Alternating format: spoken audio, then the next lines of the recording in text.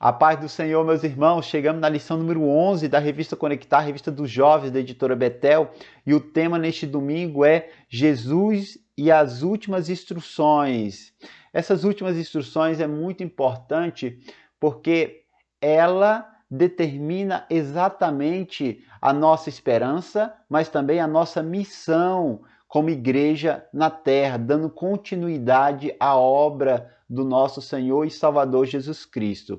Eu quero, em primeiro momento, falar sobre a nossa teologia pentecostal.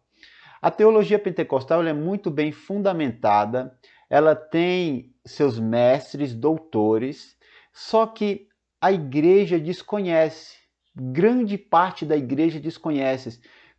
Obreiros desconhecem a nossa teologia pentecostal, investem tempo, muitas das vezes, na internet, ouvindo pastores calvinistas, ouvindo adventistas, ouvindo outras correntes teológicas que não condiz com a nossa teologia pentecostal. E olham para a nossa teologia e vai falar, olha, não é uma teologia, não tem teologia. É muita questão de movimento. Não, existe uma teologia, existe uma fundamentação e rica, vasta. E eu quero recomendar aos irmãos, em um primeiro momento, nós temos uma teologia sistemática. Então nós temos que investir no nosso ministério. E o nosso ministério é dentro da nossa corrente pentecostal. Eu quero recomendar aos irmãos uma teologia sistemática pentecostal. Teologia sistemática pentecostal.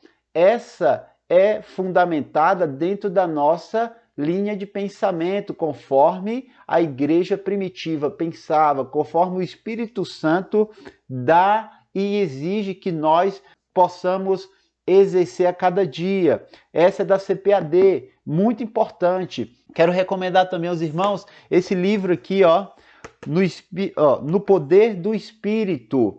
Esse livro é de Robert Menzies. Robert Menzies é um pastor que é assembleiano, ele é um americano que está na China, na Assembleia de Deus na China, e tem acontecido coisas fenomenais. O Espírito Santo tem feito coisas grandiosas ali na China e na Ásia em geral. Então, ele fundamenta muito bem, existe uma coerência, sabe? Muito rica. Isso aqui é muito importante. Quero recomendar para os irmãos também esse daqui, O Espírito e a Palavra, de Gutierrez Siqueira, da CPAD também. Muito importante, porque ele fundamenta muito a questão do falar em línguas, dessa teologia pentecostal, do pentecostalismo. Esse também de Gutierrez, né? Revestidos de Poder. Muito bom, muito bom. Sabe o que é você abrir sua mente? Em vez de ficarmos na internet ouvindo pessoas de outras linhas doutrinárias, é melhor ficar com a nossa teologia. O problema é que a igreja desconhece e nós, como professores, devemos divulgar, devemos incentivar e devemos apresentar esses recursos, porque a nossa teologia é rica, a teologia pentecostal é rica.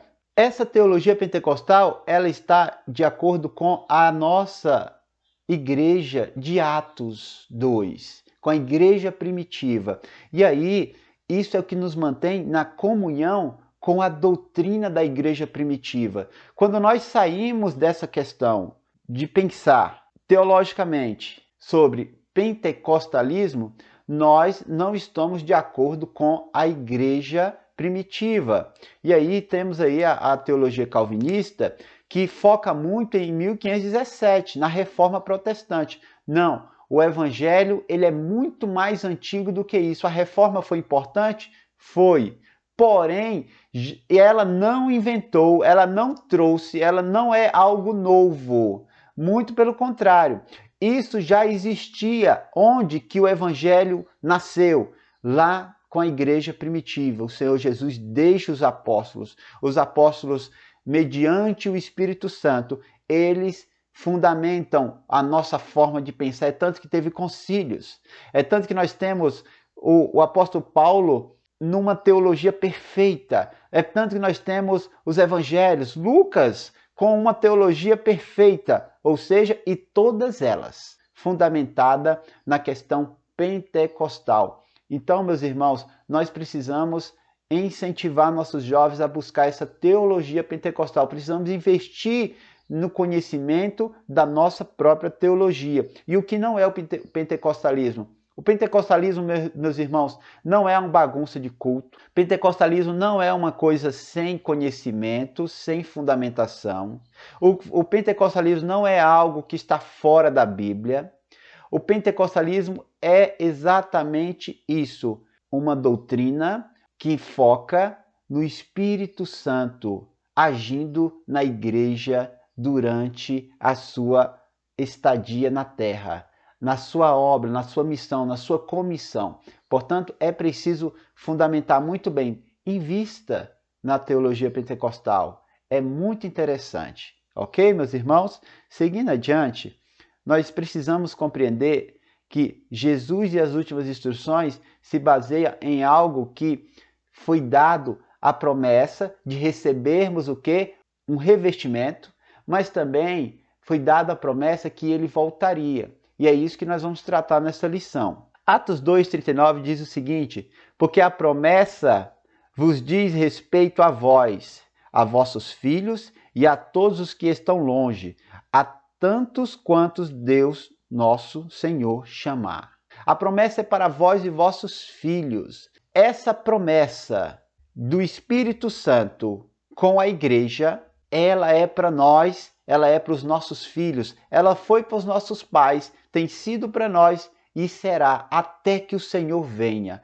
Essa promessa nós temos que tomar posse. A promessa de ter e ser batizado com o Espírito Santo. E nós vamos entender muito bem o que é ser e o que é ter mais adiante. Aqui em tópico 1, diz o seguinte: a pessoa do Espírito Santo. Primeiro, compreendermos que o Espírito Santo é uma pessoa da Santíssima Trindade. O Espírito Santo é Deus, é aquele que está com a igreja. E aí vem a palavra paráclito, lá do grego, que essa palavra, ela definia o quê? Quando uma pessoa estava diante de um juiz, ela tinha um companheiro, ela tinha alguém que ia junto para dar credibilidade a ela. O Espírito Santo é o nosso paráclito, aquele que está junto, aquele que dá credibilidade, aquele que nos garante a nossa missão aqui nessa terra. Ou seja, o Espírito Santo está conosco, ele é o nosso companheiro, ele é a nossa força, a força da igreja. E agora vem uma questão: o que esse Espírito Santo faz? Esse Espírito Santo, ele não apenas é nosso consolador, não apenas é nosso companheiro. Esse Espírito Santo também, ele nos santifica a cada dia. Ele tem a sua obra santificadora constantemente. Quando nós levantamos a mão, aceitamos a Cristo como nosso único e suficiente Salvador, confessamos nossos pecados, reconhecemos que Ele é o nosso Deus, reconhecemos a sua morte vicária na cruz, reconhecendo tudo isso, nós passamos a ter o Espírito Santo. E esse Espírito Santo vai trabalhar na nossa vida constantemente, nos santificando, regenerando, de forma que nós possamos estar em uma condição santa perante o nosso Deus. Então, esse Espírito Santo, ele vem sobre nós quando nós aceitamos a esse Cristo como nosso Senhor e Salvador Jesus Cristo. Então, o primeiro ponto é esse. O que é ter o Espírito Santo?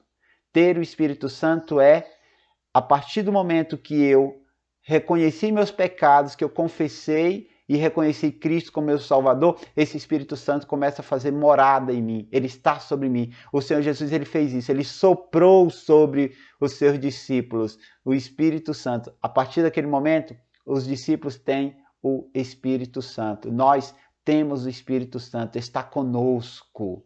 E é maravilhoso a sua presença.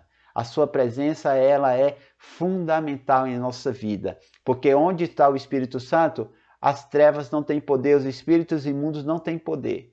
Portanto, nós aceitamos a Cristo, passamos a ter o Espírito Santo de imediato. O Espírito Santo vem e faz morada em nosso coração. Isso é ter o Espírito Santo.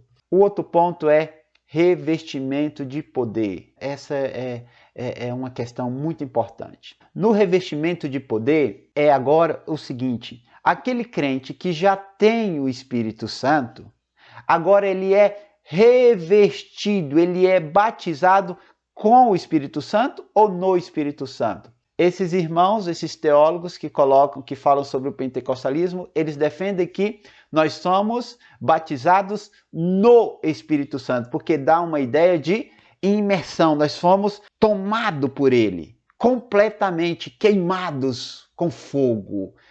Não foi uma partezinha, porque a ideia de ela vem assim que foi um pouquinho. É tanto que lá no batismo nós somos batizados nas águas, porque nós somos batizados por quê? Por imersão, não por aspersão, como fazem os católicos e como fazem os presbiterianos. Nós somos inseridos, mergulhados, inundados na água e levantamos. Assim nós fazemos, não é uma partezinha da água, não é um pouquinho da água. No batismo com o Espírito Santo, ou no Espírito Santo, é diferente. Agora, no batismo no Espírito Santo, nós somos queimados, o fogo, nós somos tomados. Não é uma pequena parte, nós somos tomados por esse fogo. E agora, nós passamos a ser revestidos. É para isso que serve o batismo no Espírito Santo. Revestimento de poder. A partir do momento que o Espírito Santo veio sobre a igreja, lá em Atos 2, o que aconteceu com a igreja? A igreja antes ficava com as suas portas fechadas, os irmãos com medo dos judeus, mas a partir do momento, no dia de Pentecoste, quando veio línguas repartidas como de fogo e desceu sobre eles, essa igreja passou a ser uma força. O Espírito Santo é a força motriz da igreja. Eles não ficaram mais de portas fechadas, eles saíram. E aí começa uma coisa maravilhosa, porque primeiro 3.000 se convertem mediante a pregação de Pedro, depois 5.000, e esse número foi crescendo. Ficar em Jerusalém até que do alto sejais revestidos de poder. Ou seja, foi uma nova roupagem que o Espírito Santo deu, uma capacitação que esse Espírito Santo deu a um homem comum. E agora a igreja passa a ser uma força. A igreja não tem medo. A igreja não é tímida. A igreja, ela vai para cima. E como que ela vai? Pregando o evangelho. Sangue e fogo. Pregando o quê? A morte de Cristo, a sua ressurreição e a sua obra redentora. E também fogo. Ou seja, agora a igreja ela é revestida. Para que serve o batismo no Espírito Santo? Para que a igreja possa ter uma força, a qual ela sozinha não vai ter. Agora a igreja é corajosa. Agora a igreja sai.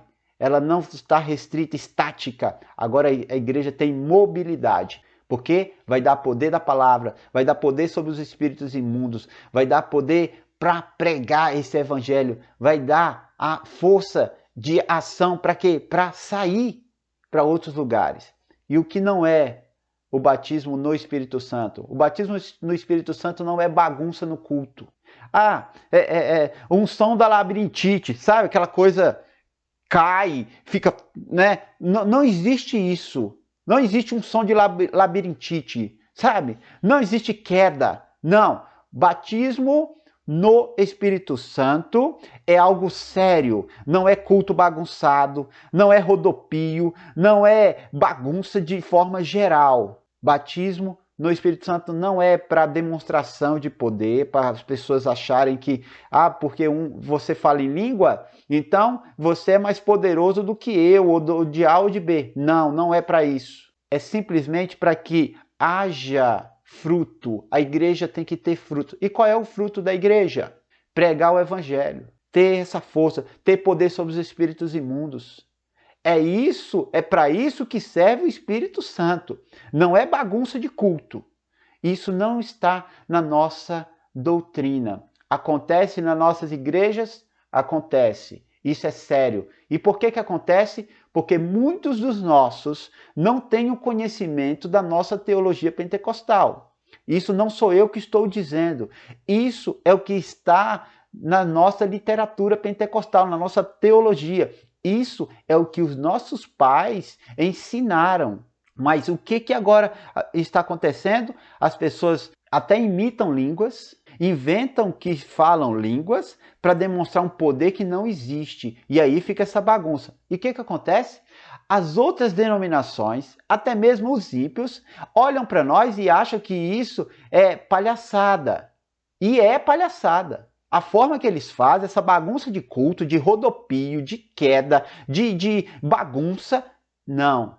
Isso não é para nós. Meus irmãos, nós falamos em línguas? Sim. Nós glorificamos, nossos cultos não são frios. Nós glorificamos, falamos glória a Deus, aleluia. Falamos em línguas? Sim. Isso tudo é muito natural e tem que ser exercitado nas nossas igrejas, nos nossos cultos. Há profecias? Sim. Há manifestações a qual nós ficamos alegres e batemos palma e glorificamos ao nosso Deus? Sim, porque o pentecostalismo envolve essa questão de expressão. Nosso espírito, nossa alma e nosso corpo se expressam, mas não com palhaçada, que nem diz o pastor Elianal Cabral. Então isso tem que ser muito bem estudado nas nossas igrejas. E isso não tem sido feito, isso é muito triste, porque está nos levando para um caminho muito complicado, sabe? Que traz descrédito e não traz nenhuma fundamentação, riqueza. E o que vai acontecer? Os jovens vão ver aquelas bagunças e vão para onde? Vão sair. Porque ninguém é bobo, meus irmãos. Ninguém é bobo. Seguindo adiante, o assunto é muito profundo e eu sugiro os irmãos a estudarem mais sobre isso. E se eu tiver uma oportunidade, eu vou fazer alguns vídeos falando sobre a nossa doutrina pentecostal. Tá? E a evidência? Como é que eu sei que eu sou batizado no Espírito Santo? A evidência é nas línguas. Algumas pessoas dizem, não, eu já sou batizado no Espírito Santo, mas nunca falou em línguas. Não, você não é batizado no Espírito Santo. Você pode ter o Espírito Santo, mas você não é batizado. Você simplesmente acha que é. Mas a evidência é as línguas. Atos 2, houve línguas. Lá em Atos 8, Filipe em Samaria, houve línguas. Lá em Atos 10, houve línguas. Lá na igreja de Éfeso, o apóstolo Paulo chega e fala, em que vós sois batizados? Eles dizem, nós somos batizados no batismo de João, ou seja, no batismo das águas. Tá, e o Espírito Santo? Nunca vimos falar desse Espírito Santo. No mesmo momento o apóstolo Paulo pega e impõe as mãos sobre eles, e eles são batizados com o Espírito Santo. O que acontece com aquela igreja? Aquela igreja que tinha pouquíssimos irmãos, menos de 15 irmãos. Estavam ali os irmãos com medo. Agora, aqueles irmãos fazem uma revolução naquele lugar. Agora eles começam a pregar o evangelho, eles não ficam mais com medo. É tanto que a cooperativa de fazedores de ídolos ficam preocupados, sabe? Porque estão tendo prejuízos.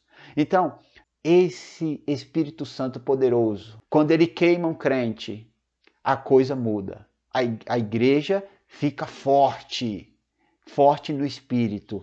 Isso é muito importante. Então, o batismo no Espírito Santo é mediante a evidência do falar em línguas. E para isso nós precisamos compreender o seguinte, a glossolalia são duas palavras gregas que estão no Novo Testamento. E, em primeiro momento, nós temos que conhecer o que é a glosso. A glosso significa língua. E a lália significa falar em línguas. No grego, no original do Novo Testamento, encontra essas palavras.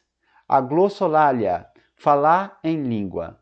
O falar em língua, ele se refere a alguém que fala uma língua que não é entendida pelos demais. Em um primeiro momento, eu quero que você pare um pouco, entenda isso. Essa língua não é entendida pelos demais. Alguns dizem que são línguas celestiais, outros dizem línguas dos anjos. O fato é que é o falar em língua. Essa língua desconhecida pelos outros e até mesmo por aquele que fala, essa é uma evidência a qual o Senhor deu à igreja. É tanto que o apóstolo Paulo fala que deve haver intérpretes, e isso é a diversidade de dons.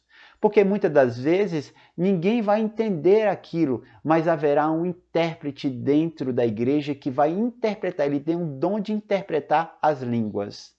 Mas essa língua, ela serve para edificação da própria pessoa. Ela não é, como nós falamos, para demonstração, exibicionismo de poder. Não, ela serve para edificação da própria pessoa. Aquele que fala edifica a si mesmo. Ou seja, quando eu falo em línguas, eu estou edificando a mim mesmo e glorificando ao meu Deus. Deixa eu contar uma coisa aqui para os irmãos. Quando eu fui batizado no Espírito Santo, no dia que eu falei, eu não sabia o que aquelas palavras significavam, mas na minha mente eu sabia o que estava sendo falado. Eu estava glorificando o nome do nosso Deus. Falava uma língua que não era evidente para os outros na questão do entendimento, porém eu estava entendendo, eu estava interpretando o que eu estava falando na minha mente. Mas também pode ser que outro interprete o que eu estou falando. Então, isso tem que ser muito bem fundamentado. Para que servem as línguas? Para a edificação daquele que fala. Amém? E a xenolalia? A xenolalia vem de xeno, também do grego, que é estrangeiro, e lalia, língua, ou seja, uma língua estrangeira. A xenolalia ocorre dentro da glossolalia. Lembre em Atos 2, que quando os irmãos foram batizados, o que aconteceu? Os estrangeiros que estavam ali começaram a ouvir a glossolalia, a língua estranha, ou esse falar em língua, começaram a ouvir no seu idioma. Olha só que interessante, dentro da glossolalia, a xenolalia também pode ocorrer.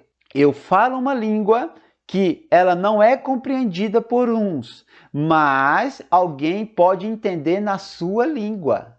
Mas também, dentro dessa glossolalia, acontece a xenolalia de falar um outro idioma. Pode ser que nós falamos um outro idioma durante essas línguas que elas não são reconhecidas, pode ser que nós falamos uma língua estrangeira para que outro entenda.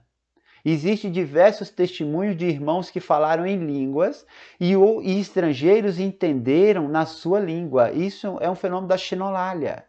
Ocorre a xenolalia dentro da glossolalia. De uma língua espiritual, glossolalia, ocorre a xenolalia, que é uma língua estrangeira. Então isso pode acontecer.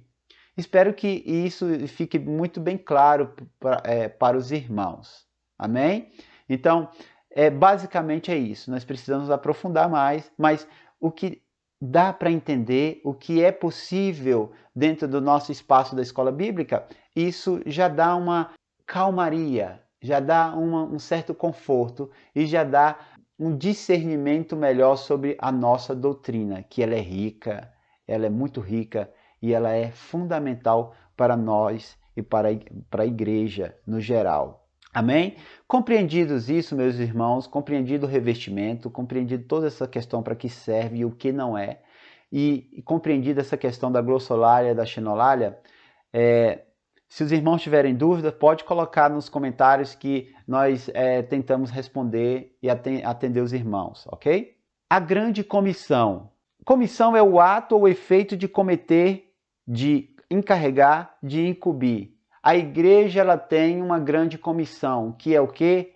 Pregar o evangelho do reino, pregar o nosso Senhor e Salvador Jesus Cristo, pregar a sua volta. Essa é a nossa comissão, nós estamos encarregados disso, incumbidos. E para isso o tópico 2.1 diz o seguinte: as nações precisam ouvir de Jesus. Quando o Senhor Jesus deu a ordenança, a sua comissão para nós, era para fazermos discípulos de todas as nações. E aí isso envolve o quê? Geografia. A igreja agora ela passa a ir para outros cantos, outras nações. Não há distinção, o evangelho é para todos. É para toda língua, toda raça, toda nação. É para todos os povos da terra. O evangelho, ele é inclusivo, ele é expansionista, ele está para todos. E aí, meus irmãos, o comentarista coloca a questão da janela 1040. A janela 1040, meus irmãos, tem esse nome porque esse 1040 se refere à latitude norte do globo terrestre. Quando nós olhamos o mapa, existe essa janela, esse quadradinho, que é considerado uma janela, que está dentro dessa latitude 1040. E ela vai ali da África, ela vai abarcar a África e ela vai se estender até a Ásia. E o que acontece nesses lugares? Esses lugares são lugares que o evangelho ele não é aceito. Por quê? Por questões religiosas, políticas. Nós temos a questão religiosa ali na África e parte da Ásia com o islamismo. O islamismo ele é muito ferrenho, ele não é tolerante com outras religiões, especialmente com os cristãos. E não apenas aceita, mas agride. Eles matam, eles são terríveis nessa questão, o islamismo. O budismo também, para muitos, eles veem, o budismo é uma religião pacífica. Não, não é. Existe os budistas em países asiáticos que são terríveis, invadem igrejas, batem pastores, não tem nenhum tipo de receptividade com a nossa doutrina. Então, o hinduísmo também, o hinduísmo não aceita. Essas são questões religiosas. Outras questões, as questões políticas. Países que não aceitam o evangelho porque tem o seu ideal político. Por exemplo, o comunismo, Coreia do Norte. Nós temos essas barreiras. E o que nós temos que fazer? Ensinar para os nossos jovens? Ensinar a orar, para que o Senhor quebre o sistema religioso e quebre o sistema político que oprime aquelas nações e impedem que o evangelho seja difundido de forma ampla, porque o evangelho está lá, sim. O evangelho está lá. Acabei de citar para os irmãos o que acontece na China. O pastor Robert Menzies tem feito um trabalho maravilhoso ali mediante o Espírito Santo. E o evangelho tem crescido ali na China porque não é divulgado. A Assembleia de Deus está lá. É uma força ali naquela nação. Então nós temos que orar para que o Senhor quebre esse sistema religioso que impede que o evangelho seja difundido de forma mais ampla. Pedimos ao Espírito Santo para que ele quebre o sistema político e o Senhor coloque no seu tribunal os políticos que perseguem a igreja. Que o Senhor julgue eles de forma que eles caiam, que o sistema caia, principalmente o sistema comunista. Assim, meus irmãos, nós temos que ensinar para os nossos jovens que nas nossas orações, no nosso devocional, nós pedimos ao Senhor que faça isso, que cuide dos nossos irmãos que estão presos, cuide dos missionários, que suprindo as suas necessidades físicas e espirituais. Que o Senhor ajude a nossa irmandade em toda a terra. E que o Senhor abençoe nosso país com um evangelho puro. É isso que nós temos que pedir. Portanto, o tópico 2.1 é isso. O tópico 2.2 diz o seguinte: o evangelho e a mensagem central. Meus irmãos, não tem floreio. Hoje em dia nós temos a teologia coach que está aí tomando conta dos jovens. Esses pregadores coach com uma roupagem moderna, sabe? Eles não usam terno nem gravata. Isso não é o problema também. Mas é a forma que eles querem se apresentar, de modernos, de serem descolados. E eles têm uma mensagem nociva, porque a mensagem deles é o homem no centro. Você é o espelho, você é joia rara, você é tudo isso. Ou seja, você esquecem que Cristo é o centro. A igreja cresceu assim. A Assembleia de Deus cresceu no Brasil assim. O evangelho que a igreja primitiva pregava cresceu assim. Puro, simples e Cristo no centro. É simples. Jesus Cristo é o único e suficiente Salvador. Ele salva, ele cura, ele batiza e ele leva para o céu. Essa é a mensagem, meus irmãos, não tem floreio, sabe? Não tem invenção. O que nós temos que ter é fundamentar o nosso conhecimento dentro da nossa teologia, dentro da palavra de Deus. É isso. E Cristo, sempre o nosso Senhor e Salvador Jesus Cristo como o centro. Ele é o centro. Eu sou apenas o periférico que tem que buscar esse Cristo. É isso, meus irmãos. Nada mais do que isso. Então passe isso para os jovens, para que eles fiquem atentos a essa teologia coach, essa teologia muito um homem no centro, para eles ficarem espertos. Amém? O tópico 3 diz o seguinte: Jesus Cristo voltará. Nossa esperança é sua vinda. Isso tem que estar patente em nosso coração constantemente. Nós temos que esperar o nosso Senhor e Salvador Jesus Cristo todos os dias. A mala tem que estar pronta, porque a qualquer momento ele vai voltar. E dentro do nosso credo da Assembleia de Deus, e eu vou deixar o link do credo na descrição, nós temos 14 pontos do nosso credo, em que cremos. O 11º diz o seguinte: cremos na segunda vinda pré-milenial de Cristo, em duas fases distintas. Primeira, invisível ao mundo, para arrebatar sua igreja fiel da terra, antes da grande tribulação. Somos pré-tribulacionistas. Nosso Senhor Jesus Cristo voltará antes da grande tribulação. Segunda, visível e corporal, com a sua igreja glorificada para reinar sobre o mundo durante 1000 anos. E aí nós temos essas referências. Nós cremos na volta do Senhor Jesus Cristo, na segunda vinda do nosso Senhor, em duas fases, e é isso que nós vamos ver agora. Jesus Cristo voltará. A volta do Senhor, a segunda vinda do Senhor Jesus Cristo, ocorrerá num período de 7 anos, a segunda vinda. No início, antes da grande tribulação, e ao fim, a sua segunda fase. Então nós cremos na segunda vinda do Senhor Jesus em duas fases. A primeira, antes da grande tribulação, antes dos 7 anos, ali no iniciozinho dos 7 anos, né? E ao final dela. Então nós cremos dessa forma, nossa teologia, mediante o que a Bíblia nos coloca, ok? E para quê? Qual o público que a volta de Jesus vai alcançar? A volta do Senhor Jesus, a segunda vinda, ela tem 3 grupos de pessoas: a igreja, os judeus e os gentios. A igreja na primeira fase dessa segunda vinda, assim como o apóstolo Paulo coloca. E o apóstolo Paulo coloca isso aqui em 1 Tessalonicenses 4,16. Os santos ressuscitarão. Depois nós, os vivos, seremos arrebatados e nos encontraremos com ele nas nuvens. E quem vai arrebatar? O Espírito Santo vai arrebatar a igreja.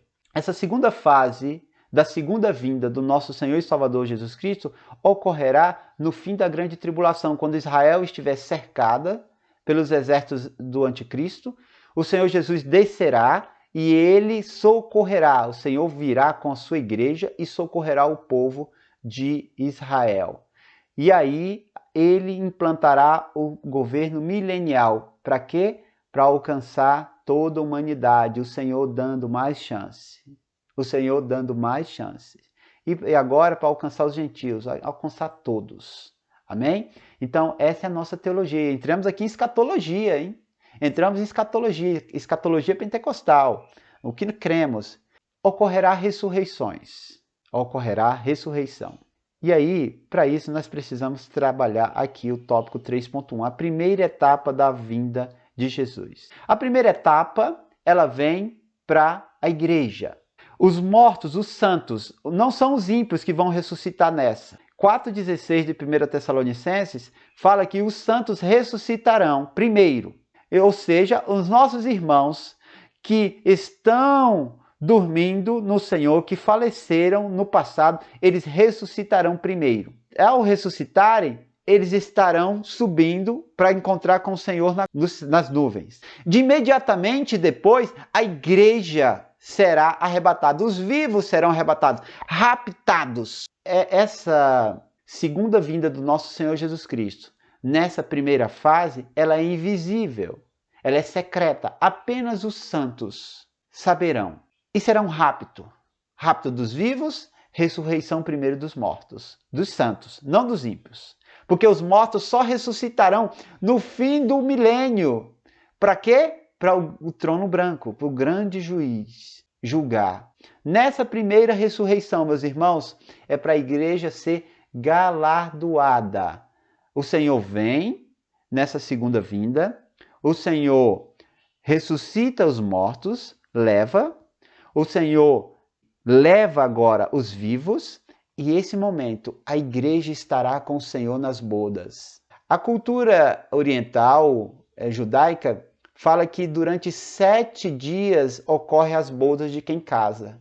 Ou seja, durante 7 anos estaremos com o Senhor na glória. Lá o Senhor dará nosso galardão. Lá receberemos do Senhor aquilo a qual Ele tem para nós, mediante o que nós fizemos na sua obra, no seu reino. Então, esse rapto dos vivos, a palavra arrebatamento significa rapto, tirado com força, abruptamente. Nós encontraremos com Ele nas nuvens e ela é antecedida por sinais. Quando ocorrerá essa segunda vinda do Senhor Jesus? Ninguém sabe. Mas o Senhor Jesus deixou muito claro lá em Mateus 24 que ocorrerá sinais, ocorrerá guerras, rumores de guerras, pestes, ocorrerá grande tormenta na terra. Essas coisas têm acontecido. Então são sinais que a igreja tem que observar e a igreja tem que obedecer e esperar. Essa esperança não pode sair dos nossos corações. E a teologia coach não traz isso, tá, meus irmãos? A teologia coach traz um paraíso terreno. Você terá muitas coisas boas aqui, você não vai sofrer. Não, no mundo tereis aflições, mas tem de bom ânimo. Eu venci o mundo e vós também vencerá. Ou seja, nós podemos usufruir das coisas boas dessa terra? Sim, mas não podemos nos iludir que é só apenas isso. E aí o apóstolo Paulo disse, tudo que nós esperamos nessa vida é isso aqui, nós somos os mais miseráveis homens da terra. Ou seja, nós temos que trabalhar, temos que ter nossa vida, mas a nossa esperança é o céu de glória. E isso tem que estar patente. Portanto, essa primeira fase da volta do Senhor Jesus Cristo é para a igreja, os mortos ressuscitarão, é baseada lá em 1 Tessalonicenses 4,16. Nós encontraremos com o Senhor nos ares e lá subiremos para a glória com Ele, ok? Será de forma invisível e secreta. Essa é a nossa doutrina baseada no que a palavra de Deus diz, ok? O tópico 3.2 diz o seguinte, a segunda etapa da vinda de Jesus. Essa é diferente. Essa já ocorre no fim da grande tribulação e ela vem para salvar Israel. Israel está encurralado pelas nações. Agora o Senhor Jesus ele desce com a igreja, ele toca o seu pé no Monte das Oliveiras, o monte abre e ali cria um espaço para quê? Para que o povo de Israel escape. Será visível. O Senhor, ele destruirá os inimigos de Israel. Descerá fogo e consumirá todos os seus inimigos. Ou seja, o Senhor virá de forma visível. Todo olho verá. Todo olho verá. Ocorrerá no fim da grande tribulação, socorrendo Israel. E o local ocorrerá ali na Palestina, ocorrerá ali em Israel. O Senhor descerá no Monte das Oliveiras. Essa segunda fase dará início milenial, ou seja, o governo milenial do Senhor Jesus com a sua igreja. Governaremos com ele durante 1000 anos. Para quê? Para alcançar aqueles que ficaram, os gentios. A misericórdia do Senhor sendo aplicada mais uma vez. Entendemos isso, meus irmãos? Entendemos a segunda vinda do Senhor Jesus em 2 fases, uma visível e uma invisível, para o público para ser alcançado, primeiramente a igreja na primeira fase, na segunda fase, Israel, e durante o milênio, os gentios. Compreendemos isso? Então, se compreendemos, nós podemos estar muito felizes, porque a nossa esperança é a volta do nosso Senhor e Salvador Jesus Cristo. Caso você tenha alguma dúvida, coloque aí nos comentários que eu vou buscar te responder o quanto antes. Eu sei que está muito em cima, mas eu vou te responder o quanto antes, tá? De forma que você possa ter algum conteúdo sólido diante da sua classe. Meus votos é que você seja uma tocha, mediante esse Espírito Santo, você seja uma tocha diante da sua classe. Que quando você falar, os corações possam arder. Que o Espírito Santo possa estar presente nas suas aulas. E incentive a busca do Espírito Santo dos seus jovens. Sabe? Incentive santidade e oração. E ele descerá sobre o crente. E queimará com fogo. E a vida nunca mais será a mesma. Como é bom ser pentecostal. Como é bom ter o Espírito Santo e ser queimado por ele. É muito bom, meus irmãos. Não dá para descrever a alegria. A alegria. E todo crente deve buscar isso. Amém? Deus abençoe. Fique na santa e gloriosa paz do Senhor.